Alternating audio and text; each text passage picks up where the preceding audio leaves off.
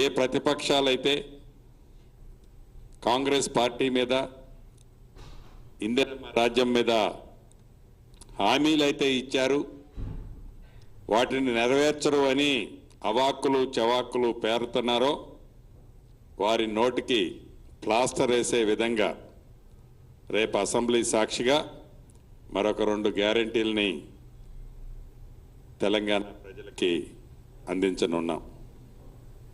అంతేకాదు అనేక వేదికల మీద మా నాయకులు రాహుల్ గాంధీ గారు, ఈనాటి ముఖ్యమంత్రి రేవంత్ రెడ్డి గారు, డిప్యూటీ చీఫ్ మినిస్టర్ బట్టి విక్రమార్క గారు, ఈనాడు కేబినెట్లో ఉన్న మంత్రులు, ప్రజాప్రతినిధులు చాలామంది ఇందిరమ్మ రాజ్యం ఏర్పడిన తర్వాత కులగణన ఏర్పాటు చేస్తామని చెప్పాం. ఈరోజు కేబినెట్లో దాన్ని కూడా ఆమోదించుకోవటం జరిగింది. అంతేకాదు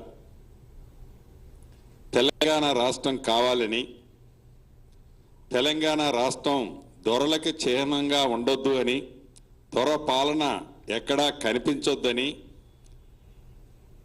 తెలంగాణ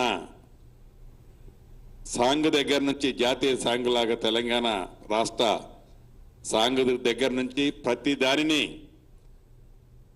తెలంగాణ రాష్ట్రం అద్దం పట్టేలాగా, అంటే తెలంగాణ తల్లి అంటే గత ప్రభుత్వంలో ఒక వ్యక్తిని ఊహించుకునే విధంగా తెలంగాణ తల్లి ఉండేది. చివరికి తెలంగాణ రాష్ట్రానికి కేంద్ర ప్రభుత్వం టీజీ అని ఏదైతే మన రిజిస్ట్రేషన్లో అప్రూవల్ ఇచ్చిందో దాన్ని గత ప్రభుత్వం టీఎస్గా మార్పు చేసింది. కానీ తెలంగాణ రాష్ట్రం టీజీగా ఉండే విధంగా ఈరోజు కేబినెట్లో రాబోయే రోజుల్లో చట్టం ఆల్రెడీ కేబినెట్లో ఆమోదించుకున్నాం. దాన్ని భవిష్యత్తులో టీఎస్ బదులు టీజీగానే ఇక నుంచి తెలంగాణ రాష్ట్రంలో వెహికల్స్ రిజిస్ట్రేషన్లు కానీ ఇతరత్ర ఏదున్నా టీజీగానే ఉండటం జరుగుతుంది. ఇలా అనేక అంశాల మీద రాష్ట్ర కేబినెట్లో క్షుణ్ణంగా పరిశీలన ఆమోదించుకోవటం జరిగింది.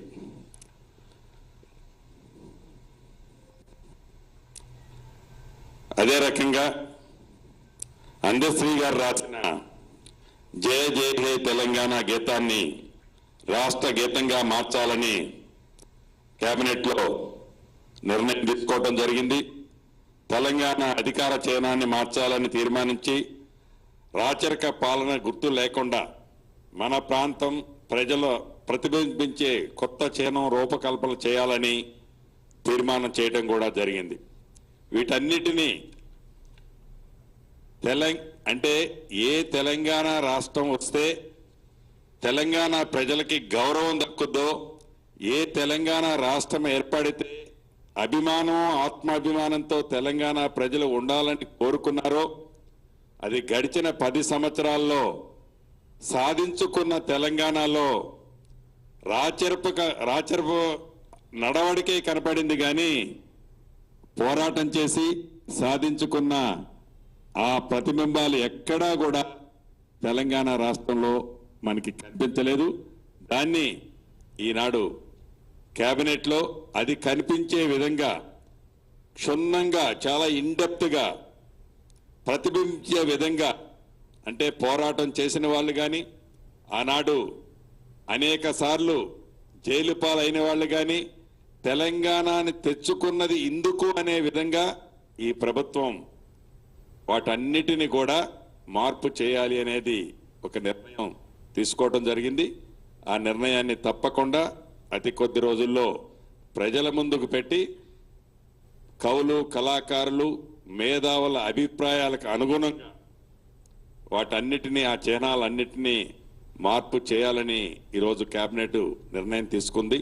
ఇప్పటికే చాలా కాలం అతీతమైంది. ఇప్పుడు మా మిత్రులు సహచార మంత్రివర్యులు శ్రీధరబాబు గారిని మాట్లాడవలసిందిగా కోరుతున్నాం.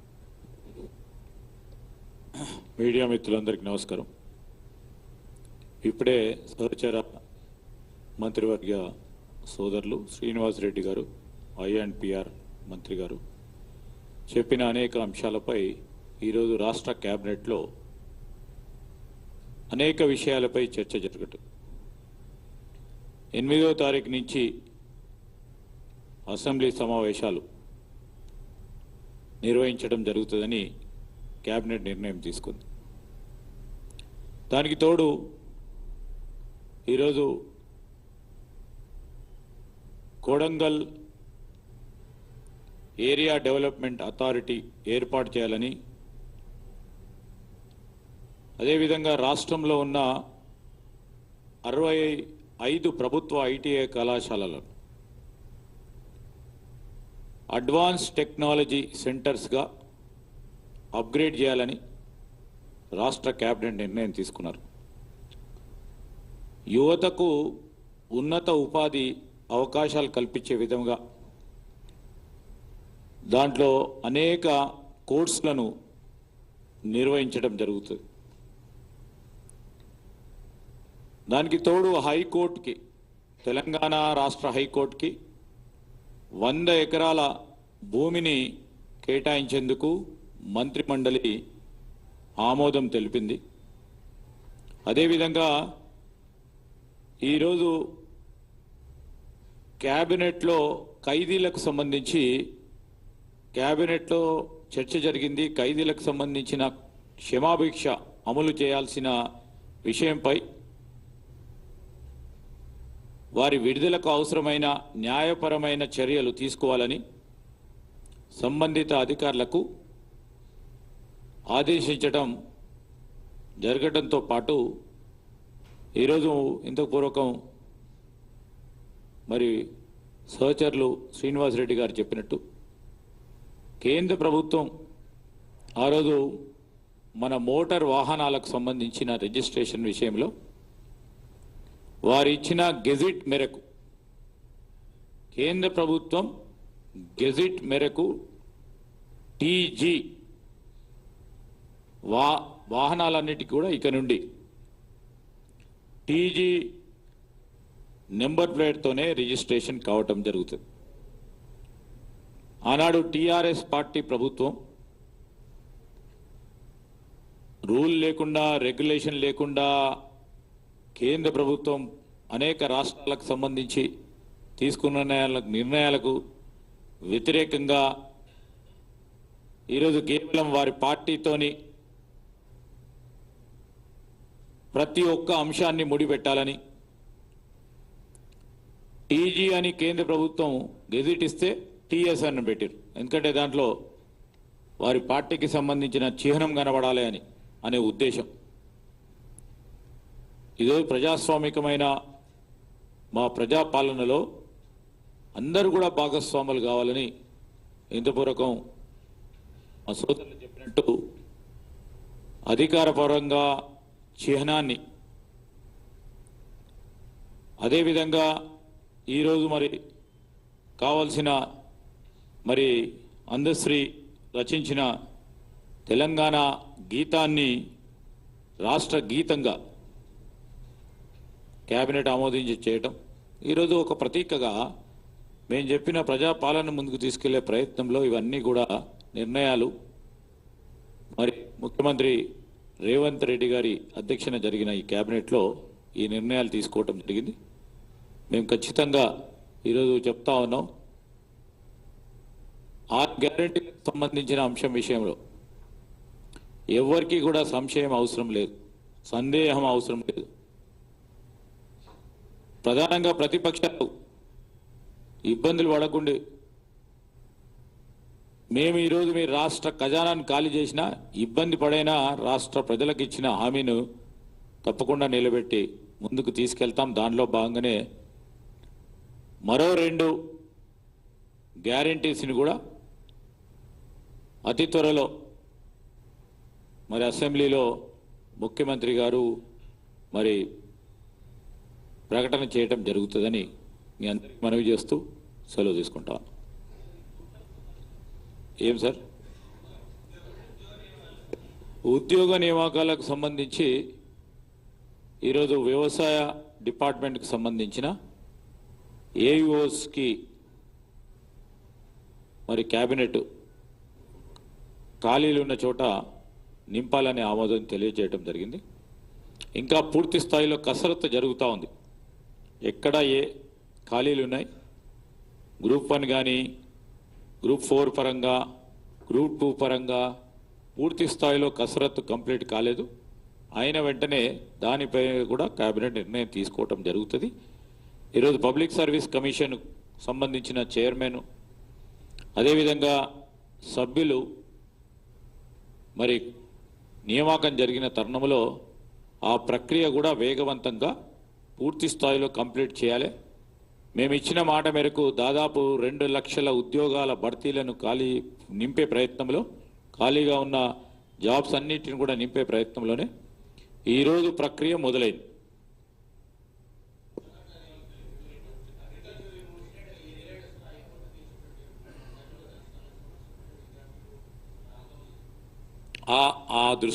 మా దృష్టికి కూడా వచ్చింది. విద్యార్థులు అదేవిధంగా అక్కడ ప్రొఫెసర్స్ అందరు కూడా మా దృష్టికి తీసుకొచ్చారు. దాన్ని ఏ విధంగా దాన్ని సమస్య పరిష్కారం చేయాలనో ఆలోచన చేస్తూ ఉన్నాం. ఈరోజు ఎంబ్లెంలో కాంప్లికేషన్స్ కాదు. ఈరోజు ఇంతకుముందు శ్రీనివాసరెడ్డి గారు చెప్పారు, ప్రతి ఒక్కరితోని ఈరోజు డిస్కషన్ చేయాలి. స్టేట్ ఎంబ్లెం అనే వరకు ఈరోజు రాష్ట్రం ఏర్పాటు కావడానికి అనేక మంది కృషి చేశారు, అన్ని వర్గాల వారు కృషి చేశారు. వారందరితో చర్చించి అందరికీ కూడా చిహ్నంగా నిలిచే మరి ఎంబ్లెంని తీసుకోవాలని ఒక ఆలోచన. కేవలం ఒకరో ఇద్దరో రూమ్లో కూసుకొని నిర్ణయాన్ని కాకుండా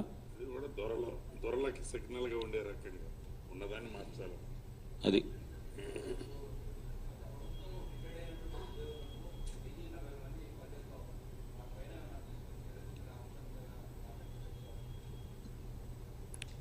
కానీ క్యాబినెట్లో ఆ విషయంలో చర్చ జరగలేదు. కానీ ఈరోజు కసరత్తు జరుగుతూ ఉంది. ఏ విధంగా ఒక బెటర్ అడ్మినిస్ట్రేషన్ ఇవ్వాలా, దానికి తోడు అనేక సంవత్సరాలుగా ప్రమోషన్స్ పరంగా ఇబ్బంది పడతా ఉన్న కింద స్థాయిలో ఉన్న అధికారుల సమస్యలను కూడా తీసుకొని ఒక తగు విధమైన నిర్ణయం తొందరలో కూడా తీసుకోవడం జరుగుతుంది. అది అసెంబ్లీలో చూస్తారు కదా.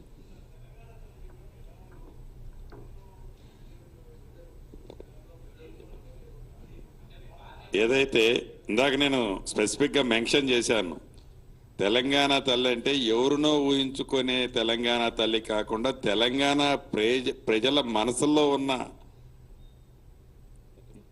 ఏదైతే వారి రూపాన్ని ఏదైతే ఉందో ప్రజల అభిప్రాయాలకు అనుగుణమైన తెలంగాణ తల్లిని ప్రజల అభిప్రాయాలకు అనుగుణంగా తీసుకోవడం జరుగుతుంది.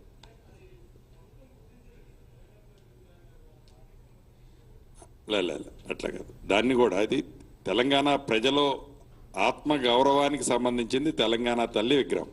అది దాన్ని ఎవరో ఇంట్రెస్ట్తోనో ఎవరో పిక్చర్ ఆ రకంగా డ్రెస్ చేస్తే తెలంగాణ తల్లిలాగా కనపడాలనే తెలంగాణ తల్లి కాదు. నిజంగా ఇది మేము కేబినెట్ ఒక్కళ్ళమే డెసిషన్ చేయం. ప్రజల్లో దాన్ని డిబేట్ పెట్టి ప్రజల అభిప్రాయాలకు అనుగుణమైన వారి మనసుల్లో ఊహకు తగ్గ తెలంగాణ తల్లి పిక్చర్ని రేపు మనం ఫైనల్ చేసుకోబోతుంది ఈ ప్రభుత్వం.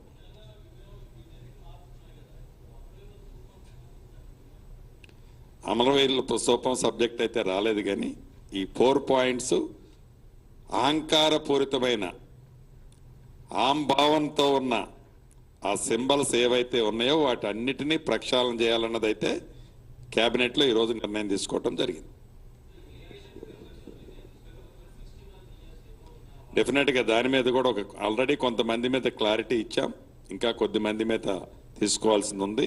దానికి ఒక సబ్ కమిటీ వేస్తాం, కానీ క్యాబినెట్లో కాదు, అది ఏం డిస్కషన్ రాలేదు. కానీ యాజ్ ఎ రెవెన్యూ మంత్రిగా దాని మీద కూడా అతి కొద్ది రోజుల్లో ఒక సబ్ కమిటీ నేసి డెసిషన్ తీసుకోవడం జరుగుతుంది.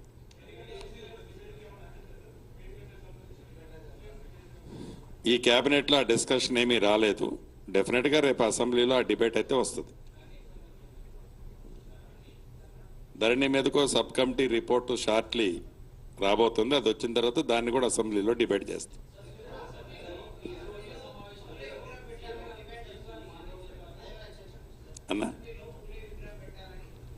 ఆ పాయింట్ ఆ పాయింట్ ఎస్ సార్.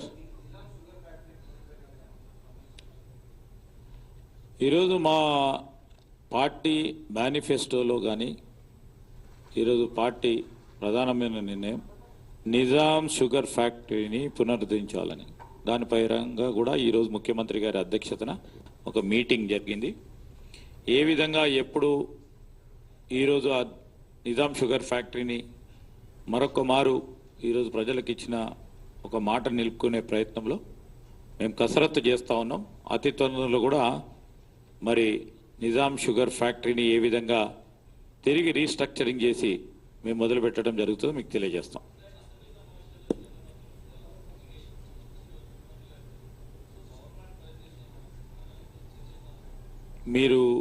మేము అసెంబ్లీ సమావేశాలకు సంబంధించి బీఏసీలో నిర్ణయం తీసుకున్న తర్వాత ఆ నిర్ణయాలు చెప్తాం.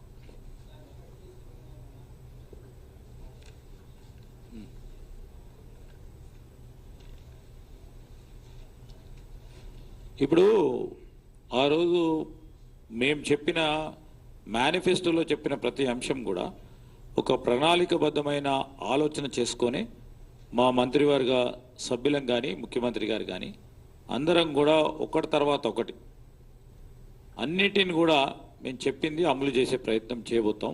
అన్నిటిని కూడా ఈరోజు మెగా డిఎస్సి చేయాలి. ఎన్ని టీచర్ పోస్టులు ఖాళీ ఉన్నాయి, ఎక్కడ ఏ విధంగా మరి నియామకాలు ఏ విధంగా జరగాలని ఒక పూర్తి స్థాయిలో మరి ఎడ్యుకేషన్ డిపార్ట్మెంట్కి సంబంధించి ప్రాసెస్ మొదలు చేపట్టాలని ముఖ్యమంత్రి గారు కూడా ఆదేశించడం జరిగింది. What sir?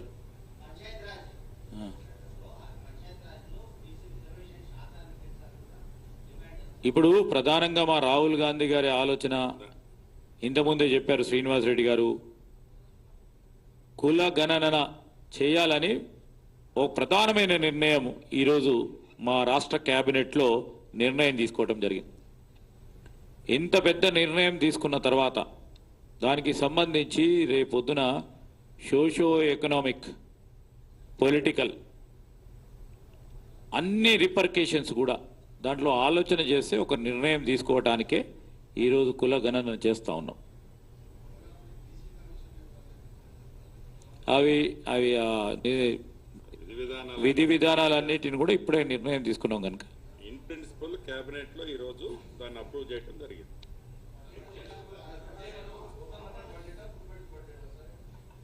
ఈరోజు మరి అసెంబ్లీ సమావేశాలకు సంబంధించి మరి గవర్నర్ గారితో మాట్లాడినాక నేను అవునండి ఈరోజు క్యాబినెట్ నిర్ణయం తీసుకోవటం జరిగింది. దానికి సంబంధించిన ప్రొసీజర్సు ప్రాసెస్ అంతా కూడా అధికార యంత్రాంగం దాన్ని ఫ్రేమ్ చేయటం జరుగుతుంది. అతి త్వరలోనే ఈరోజు నిర్ణయం తీసుకున్నాం కనుకనే తొందరనే దానికి సంబంధించిన రూల్స్ రెగ్యులేషన్స్ దానికి ప్రొసీజర్స్ ఫ్రేమ్వర్క్ను కూడా ఏర్పాటు చేయడానికి కొద్దిగా సమయం పడుతుంది కనుక తీసుకోవటం జరుగుతుంది. ఆ పాత ఉన్న రిజిస్ట్రేషన్కు సంబంధించి కూడా ఒక నిర్ణయం తీసుకొని దీంట్లో ఏ విధంగా అసిమిలేట్ చేయాలన్నా కూడా చేయటం జరుగుతుంది. గవర్నర్ గారి మొదట ప్రసంగం ఉంటుంది, తదుపరి ధన్యవాద తీర్మానం ఉంటుంది, ఆ తదుపరి రోజు బడ్జెట్ ప్రజెంటేషన్ ఉంటుంది. ఓకే,